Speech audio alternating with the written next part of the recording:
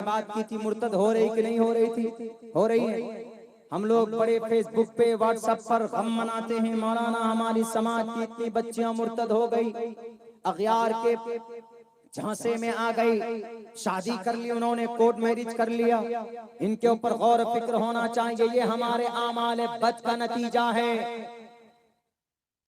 हम लोग नमाज पढ़ लेते हैं, सोचते हैं कि I completed my responsibility and I completed my duty. हमने अपनी जिम्मेदारी पूरी कर ली। हम पर जो जिम्मेदारी थी पूरी कर ली। एक बात याद रखिए, ज़कात है, सदक़तुल फित्र है। अल्लाह तबारक व तआला को क्या जरूरत थी इन चीजों को नाफिज करने के लिए? सिर्फ ये कि समाज के अंदर भी समाज को कम से कम फाइनेंशियल एतबार से मदद मिल सके। पता चलता है कि समाज को भी साथ लेकर चलना, आगे बढ़ना ईमान वालों की जरूरत है। आज हमारी बेटियां अपने ईमान को बेच लेती हैं। जिम्मेदार कौन? हम लोग जिम्मेदार, हमारे तंजीम के जिम्मेदार वो लोग जिम्मेदार, हमारे समाज के दानिश्वर लोग जिम्मेदार। हम लोगों को पढ़ने से फुर्सत नहीं। हम नौजवानों को जिन हाथों में कुरान करीम का मुसव्वदा होना चाहिए, उन हाथों में देख लीजिए हर 24 घंटे में से मेरे ख्याल से 12-13 घंटा मोबाइलों में गुजरता। फौरन कोई मैसेज आया, फट से उठाकर देखते कि कौन सा मैसेज आया। क्रिकेट में कौन सी टीम बनानी है, ड्रीम 11 में कि पैसा जीतेंगे।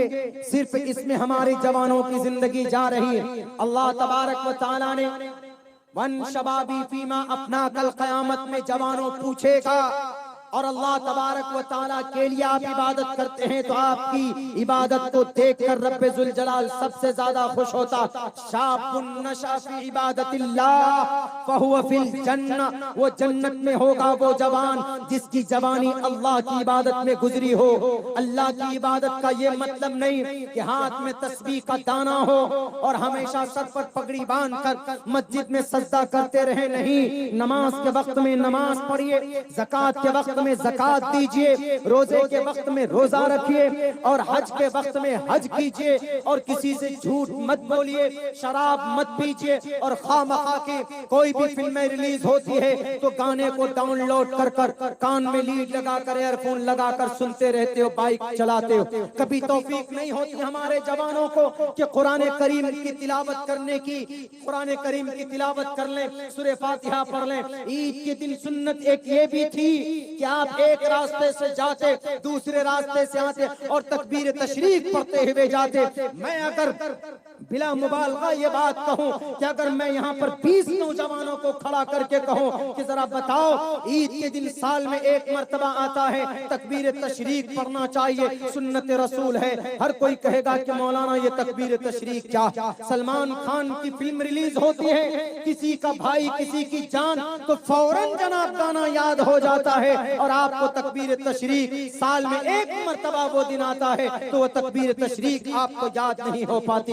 मेरे नौजवानों, जवानी बर्बाद होनी चाहिए आपकी जवानी किस काम की है जो अल्लाह तबारक व तआला की इबादत में आपकी जवानी अगर काम ना आए? जवानी अगर देखनी है तो हजरत इमाम मालिक की देखो, 17 साल की उम्र में मदीनतुल मुनव्वरा के चीफ जस्टिस बन गए थे। अगर जवानी देखनी है तो हजरत अब्दुल्लाह इब्न अब्बास की जवानी देखिए। तफसीर में इमामों के कलम रुक जाते हैं जब किसी मसले पर बात होती है, इख्तिलाफात होते हैं। अब्दुल्लाह इब्न अब्बास की रिवायत आ जाए, इमाम तफसीर के 16 साल की उम्र में हजरत अब्दुल्लाह इब्न अब्बास बन जाते। मेरे भाइयों, मेरे नौजवानों, हजरत अली तो इस्लाम का झंडा पकड़कर 12-13 साल की उम्र में अल्लाह के महबूब बन जाते हैं। हजरत उमर फारूक 20 साल की उम्र में अल्लाह के नबी, 26 साल की उम्र में अल्लाह के नबी के हाथ में ईमान लाकर अपने आप को अल्लाह के प्यारे, अल्लाह के अल्लाह के शरण में दे देते। वहीं पर तारीख उठाकर देखे, अबू बकर सिद्दीक की 36 ईयर्स 36 साल की उम्र में हजरत अबू बकर सिद्दीक ईमान लाकर इस्लाम के झंडे को बुलंद करते। आज हमारा जवान सलमान खान ने इस फिल्म के अंदर कौन सा डायलॉग मारा वो याद करते, सूरह फातिहा याद करने की तौफीक नहीं होती हमारे जवानों को। आज समाज की 10-10 हजार बेटियां तो मुर्तद हो रही, ईमान का सौदा कर रही। कौन होगा जिम्मेदार? आप और हम जिम्मेदार होंगे। हमारे बुरे करतूतों ने आज समाज की बेटियों को इर्तिदाद के दहाने पर लाकर खड़ा किया। एक आपके सामने में सहाफत की एक रिपोर्ट, एक आर्टिकल छपी थी इनकिलाब की। इनकिलाब एक ऑथेंटिक उर्दू अखबार है, उसको पढ़कर और बताना चाहूंगा। मैंने कल भी तकरीर में एक बात कही थी, आज भी मैं कह रहा हूं, हम हैं जिम्मेदार। बोलते नहीं हैं हम, समाज के लिए कुछ सोचते नहीं हैं हम, तो अल्लाह तबारक व तआला कहता कोई बात नहीं, मैं यर्तद मिनकुम अन दीनिही फसौफ यअतिल्लाहु बिकौम, किसी और कौम को अल्लाह तबारक व तआला लेकर आएगा। क्या है ये? है कि अभी भिवंडी में एक लड़की 26-27 साल उम्र की, वो लड़की भिवंडी में, वो किसी क्या है भाई, माइक वाले भाई साहब, आपका डेली का काम है, इसको फेविकोल से चिपका दो। बताइए, हमें नींद आ नहीं रही, इस माइक को नींद आ रही, या हमको माला पहना इसलिए नाराज हो गया? पहना दीजिए एक दो माला यहाँ पे। भिवंडी मुंबई में एक बच्ची 26-27 साल उम्र की, उस बच्ची ने मतलब मुर्तद हो गई। वो बच्ची मुर्तद होने की उसकी ये शक्ल थी कि उसने कोर्ट मैरिज कर ली। निकाह नहीं बोल सकते, कोर्ट मैरिज को। निकाह में मोमिन होना जरूरी है, एक दूसरे से निकाह करते हैं, मुस्लिम लड़का मुस्लिम लड़की, should be safe concept, then he can get married, वो तभी जाकर आप आपस में शादी कर सकते हैं। तो पता है उस बच्ची ने कहा कि हमने कोर्ट मैरिज की। तो कोर्ट मैरिज के अंदर ऑफिस में जाएंगे आप, जो कोई कपल, जो कोई हस्बैंड वाइफ का बॉय एंड गर्ल शादी करना चाहते हैं, तो वो एक एप्लीकेशन देते हैं वकील को। तो उस एप्लीकेशन के आधार पर उनका एप्लीकेशन मंजूर होता है और फिर उस आधार पर उन दोनों की शादी होती है, मतलब कोर्ट मैरिज करते हैं। और वो एप्लीकेशन कोर्ट मैरिज के ऑफिस के बाहर तकरीबन 1 महीने तक लटकती रहती है, ताकि इसके गार्जियन को कोई आपत्ति हो, कोई सवाल हो तो उनको कर सकते हैं। एक वकील साहब ने वहां की किसी तंजीम के जिम्मेदार को कहा कि सर या हजरत, आप लोग आइए, यहाँ पर ऐसा ऐसा मामला। गए जिम्मेदार लोग उस तंजीम के, किसी ऑर्गेनाइजेशन के कुछ जिम्मेदार होंगे, वो गए उस बच्ची के घर पे गए। एड्रेस भी चुके उसमें दर्शाया हुआ होता है, नोटेड होता है। तो वो गए उस बच्ची के घर पे। बच्ची ने कहा कि सर हमारा डॉक्यूमेंट्स किसी ने चोरी करके लगा दिया होगा, हमने शादी वादी किसी से नहीं की। बच्ची ने पहले छुपाया, सोचा क्या झमेले में पड़े, जो कर लिया हमने कर लिया। जब ज्यादा फोर्स किया गया, मजबूर किया गया, तो उस वक्त उस बच्ची ने फिर कहा कि sir if you want to listen please, ठीक, okay, I will tell you from the beginning, हम आपको बताते हैं।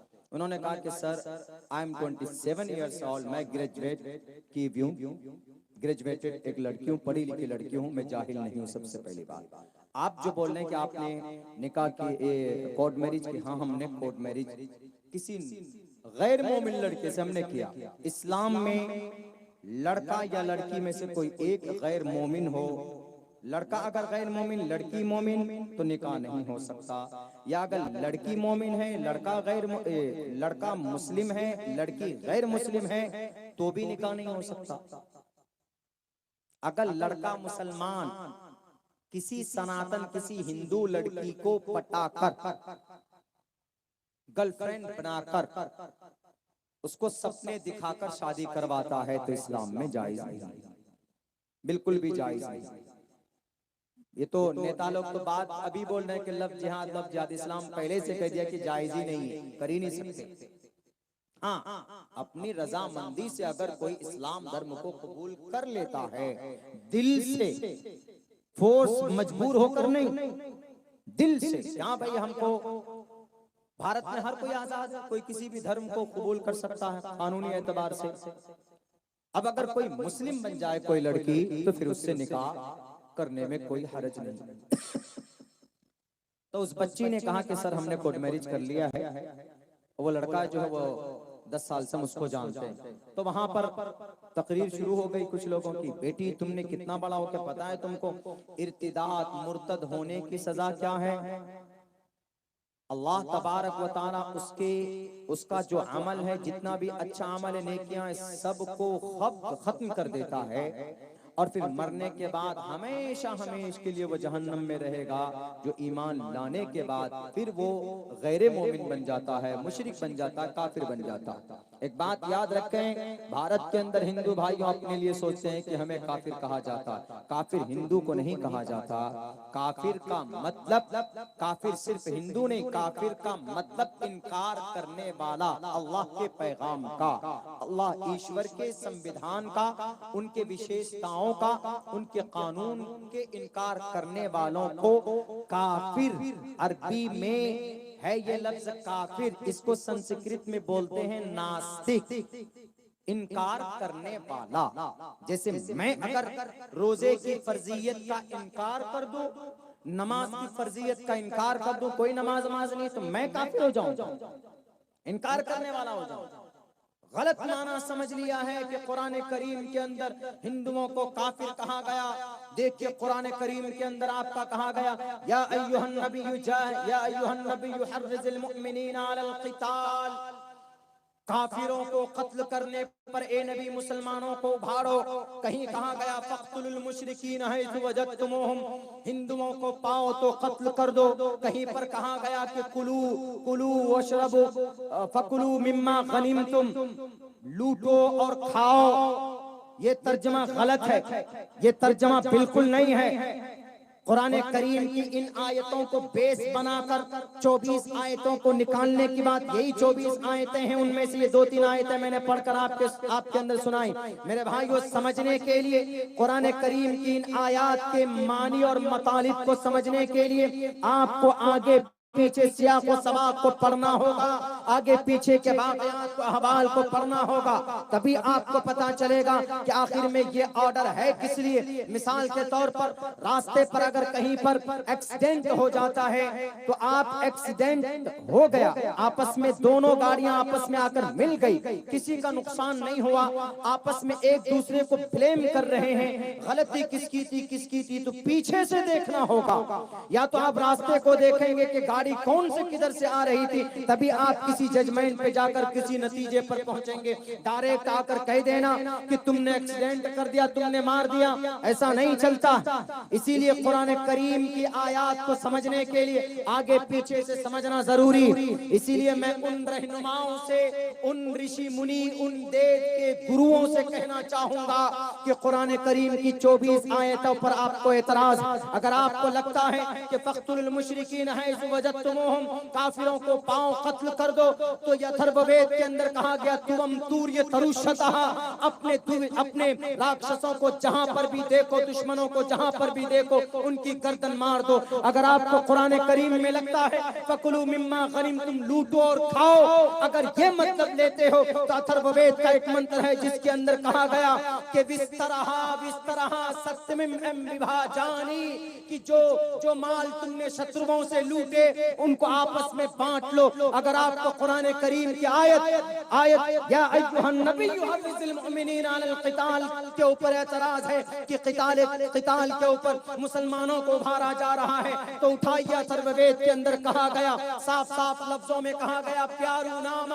पर जाम जही, कि सामने जो तलवार लेकर आए उनकी गर्दन को मार दो। ये 3 श्लोक पढ़कर मैंने इसलिए सुनाए हैं, और कोई किसी की पक्षपात नहीं करेगा। जाएगा। हर किसी का अमल ईश्वर के पास नोटेड है। रुद्रवो गिरीवा अशरैत पिशाचा, चाहे वो जालिम है मजलूम है, हर किसी का अमल ईश्वर के पास मौजूद है। जैसे खुदा का कुरान कहता, ला युगादिरु सगीरतन वला कबीरतन इल्ला अहसाहा। कुरान के ऊपर इल्जाम लगाने से पहले इन अशलोक को पहले देख लें एतराज करने वालों। मेरे भाइयों बातें जब आती है कंपेयर की तो बहुत सारी बातें निकलती। तो उस बच्ची ने पता क्या कहा, उस बच्ची ने कहा कि सर आई एम ग्रेजुएटेड, मैंने ग्रेजुएशन किया है, मैं पढ़ी लिखी लड़की हूँ और अपने पूरे होश और हवास के साथ हमने कोर्ट मैरिज किया है उस लड़के से। कहा कि तुमको बेटी नहीं मालूम, तुम्हारा ईमान चला गया और सबसे कीमती दौलत अल्लाह के खजाने में कोई है तो वो ईमान है। वो जो दे रखा है उससे बड़ी कोई दौलत नहीं, कोई दौलत नहीं। ईमान है तो सबसे बड़ी दौलत है। अल्लाह के खजाने में और कोई दौलत है ही नहीं इससे ज्यादा कीमती। अंदाजा यूं लगा सकते हैं कि अगर एक भी ईमान वाला होगा इस जमीन पर खुलूसुलिल्लाहियत के साथ अपनी ईमान को महफूज करके रखा होगा तो अल्लाह क़यामत उस वक्त तक नहीं नाजिल फरमाएगा। ये एक ईमान की ताकत है। तो कब बेटी तुमने ईमान का सौदा किया? हाँ सर, हम जानते हैं कि मुर्तद होने की क्या सजा है, मैं वो भी जानती हूँ। मैंने इस्लाम को पढ़ा है बहुत गौर से, लेकिन मैंने इस्लाम में और भी बहुत अच्छी चीजें मैंने वो भी रिसर्च किया उसके ऊपर, मैं वो भी आपसे पूछूंगी। पूछिए आपको और क्या करना। नहीं नहीं, तुम एक काम करो, जल्दी एप्लीकेशन को वो करो। समझाया बुझा के नहीं, ये तो बहुत बड़ी गलती है, अभी टाइम है बेटी, हम तुम्हारे साथ हैं, चलो ऐसा है वैसा है। बहुत कोशिश की, खैर जो शुभचिंतक थे जो गए थे उन्होंने अपनी कोशिश की कि भाई वो बच्ची जो मुर्तद हो गई, बड़े अफसोस की बात है। यहाँ तो कई कई हजार बच्चे हो रहे हैं। यही भागलपुर के करीब सनोला के करीब में कुछ कंप्लेन है कि कई हजार बच्चियां, कई 100 बच्चियां मुर्तद हो रही है। 2 वजह से हमारी बच्चियां मुर्तद होती, 2 वजह से।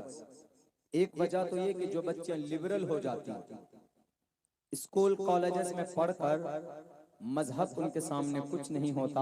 All things are equal in the sight of the human being. वो कहते हैं कि हमारे सामने में सारे धर्म बराबर है, इसीलिए हम किसी भी धर्म के मानने वाले से निकाह कर सकते, शादी कर सकते। जैसे ये जितने भी सेलिब्रिटी हैं ये लिबरल होते, लिबरल।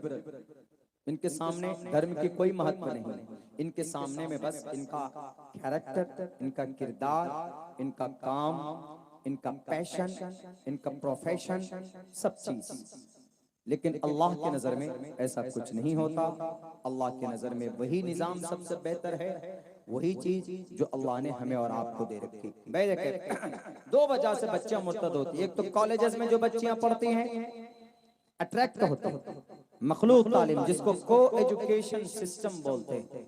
कॉलेजेस में जाइए, बड़ी बड़ी यूनिवर्सिटी में मुस्लिम बच्चियां गई, बाल खुले, गर्ल्स हॉस्टल, बॉयज हॉस्टल, शराब है, शबाब है, अय्याशी है, वैलेंटाइंस डे है, लवर्स डे, चॉकलेट डे, फला डे, ये डे, फिर आखिर में मौत डे। सारे डे मनाएंगे। आज कौन सा डे? Chocolate day. गुलाब का फूल लेकर आएंगे, आज कौन सा डे? रोज डे, गुलाब का फूल। आज कौन सा डे? Valentine's day. सारी हदें पार कर जाते वैलेंटाइंस डे में। आज कौन सा दिन? 31 दिसंबर। क्या करना? शराब खुल करके पीना। ये सारी चीजें आखिर में क्या होता है? सारे डे मनाने के बाद में एक रात में एक दिन ऐसा भी आता है जब दोनों का मन भर जाता है, एक दूसरे का मन भर जाता है, एक दूसरे से या तो एक के 37 टुकड़े कर देते, एक रोज मौत डे भी मना लेते कि लो आज एंड डे हो गया तुम्हारा, जो कि गलत। मौलाना साहब, मोहम्मद साहिल रानी डी के कोई एक बच्चा है, वो माँ के हाथ से बिछड़ गया है, उसकी माँ बहुत रो रही है, तलाश कर रही है। इसलिए ये बच्चा अगर किसी को नजर आए तो उस बच्चा को स्टेज के पास ले आए। साहिल रानी डी जो 6-7 साल के वो लड़का है। ये वाकया बताकर मैं अपनी बात पूरी करूंगा, चूंकि हजरत को भेज दीजिए लाने के लिए। तो जो बच्चियां ओपन माइंड की हो गई उनके सामने में फिर आप लाख कोशिश कर लें, वो बच्चियां फिर हटती नहीं, बजिद हो जाती। कमी किन की? हमारे पास यूनिवर्सिटी ऐसी नहीं, हमारे पास कॉलेजेस ऐसे नहीं कि अगर हमारे बच्चों को हम डॉक्टर बनाना चाहें तो कोई निजाम ऐसा हो, कोई सिस्टम ऐसा हो। भाई बड़ा गड़बड़ हो रहा है। तो एक तो उस वजह से होती, और दूसरी वजह जो बड़ी वजह है, ज्यादातर बच्चियां जो हमारी मुर्तद हो रही हैं वो गुर्बत की वजह से हो रही है। अब इस गुर्बत को दूर करने के लिए कौन सा निजाम है इस्लाम में? निजाम ज़कात है, निजाम ताउन है। ज़कात इसलिए फर्ज है, इसलिए कि ताकि मालदार लोग गरीबों को ज़कात दें। आजकल मालदार लोग तो खुद ही खा खा कर पेट बड़े कर लेते हैं, वो दूसरों को कहां से देंगे, सोचते नहीं है दूसरों के लिए। ज़कात जरूरी, अरकान इस्लाम जो 5 है उनमें से एक ज़कात। अगर आपके पड़ोस में कोई गरीब है, गुर्बत की वजह से बच्चियां मुर्तद हो रही है, या गुर्बत की वजह से बच्चियां अपनी इज्जत को बेचती हैं, तवाई बन जाती हैं, जिम्मेदार कौन?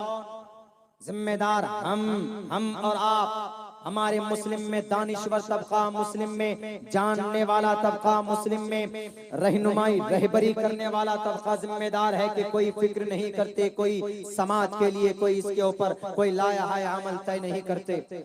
उस बच्ची ने कहा कि सर आज आप लोग आए हैं हमें समझाने के लिए, अब से 20 साल पहले कहाँ गए थे आप? बचपन में मेरे वालिदे मोहतरम का इंतकाल हो गया था, मेरी माँ बर्तन मांजती थी, पड़ोस के घर पे जाकर 2 पैसे कमाकर हमें पालती और हमें उन्होंने पढ़ाया। माँ की रजामंदी से, अपने बहन और भाई की रजामंदी से मैंने ये कदम बढ़ाया और सोच कर जान बूझ कर ये फैसला लिया। क्या आपको ऐसा मालूम? मैं नहीं जानती हूँ कि मुर्तद होने की सजा क्या है। मैं सब जानती हूँ कि मरने के बाद हमें जन्नत नहीं मिल सकती, लेकिन मैं जीते जी अपनी प्यारी जिंदगी को, अपनी माँ की जिंदगी को, अपनी बहन की जिंदगी को जहन्नम बनते हुए नहीं देख सकती। उन्होंने कहा कि क्यों, कैसे? उन्होंने कहा कि जिस लड़के से मैंने निकाह किया उस लड़के ने पिछले 10 साल से हमारे घर की जिम्मेदारी ली है और हमारे घर के पूरे खर्च संभाल रहा है, और हमारे घर के अंदर जो चीजों की जरूरत होती है वो सामने में कंधे से कंधा मिलाकर खड़ा रहता।